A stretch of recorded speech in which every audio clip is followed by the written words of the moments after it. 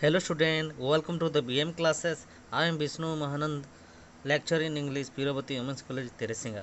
Today I am going to teach you the third poem of the plus 2 second year Arts, Science, Commerce. The famous poem A Sparm of Life, written by H.W. Longfellow. This poem is written by an American poet whose name is H.W. Longfellow. The full name of the poet H.W. Longfellow is Henry Wadsworth Longfellow. Before I go to the stanza, I want to explain and say something about the poet. Henry Wadsworth Longfellow was born in the year 1807 and died in the year 1882. He is an American poet and educator, and he is the first citizen of the United States, and he is famous poet of the America. In this poet, in this poem, A Sparm of Life, he has written about the life of every individual. ବର୍ତ୍ତମାନ ମୁଁ ଏହି ପୋଏମ୍ର ଶୀର୍ଷକ ବା title a psalm of ଲାଇଫ୍କୁ explain କରିବି। A psalm of life, a psalm means a hymns or song. Psalm କହିଲେ ଗୋଟିଏ ଗୀତ ବା କ୍ଷୁଦ୍ର ଗୀତ, ଓ ଲାଇଫ୍ କହିଲେ ବୋଧେ ସମସ୍ତେ ଜାଣିଥିବେ, ଲାଇଫ୍ କହିଲେ ଜୀବନ। That means a sparm of life is the life of the song of a life. ଜୀବନର ଏକ ଗୀତ, which is written by the famous poet, American poet Henry Wadsworth Longfellow.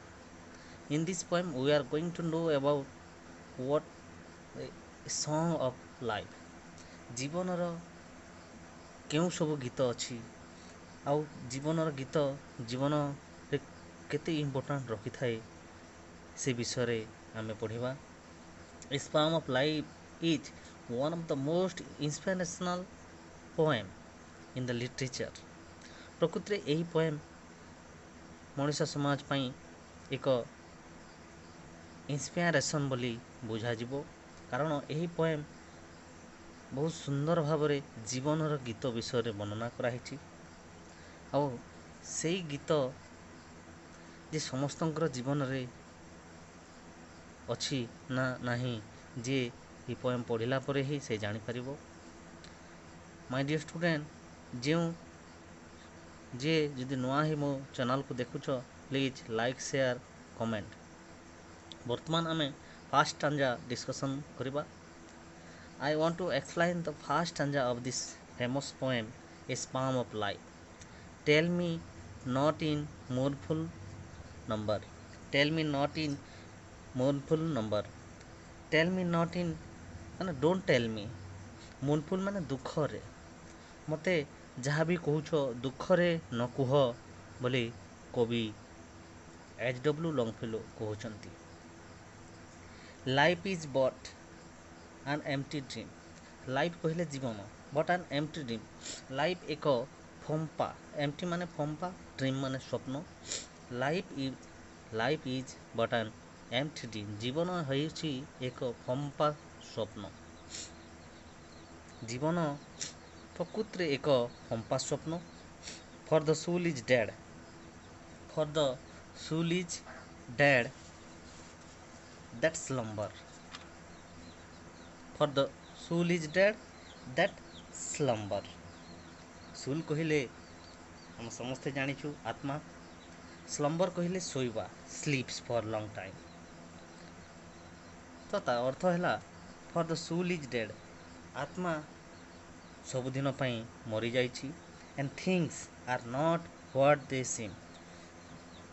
ଜୀବନରେ ଯାହା ଦେଖୁଛୁ, ଜୀବନରେ ଯାହା ଘଟୁଛୁ, ପ୍ରକୃତିରେ ତାହା ସେଇଆ ନୁହେଁ। ହ୍ୱାଟ୍ ଦେ ସିମ୍ ଅର୍ଥ ହେଲା ଯେମିତି ଦେଖାଯାଏ। ଲାଇଫ୍କୁ ଆମେ ଯେମିତି ଦେଖୁଛୁ, ସେ ଲାଇଫ୍ଟା ପ୍ରକୃତିରେ ସେମିତି ନୁହେଁ। It is an empty dream. ଜୀବନ ପ୍ରକୃତିରେ ଏକ ଫମ୍ପା ସ୍ୱପ୍ନ, ଯେଉଁ ସ୍ୱପ୍ନରେ କୌଣସି ବାସ୍ତବତା ନାହିଁ। The famous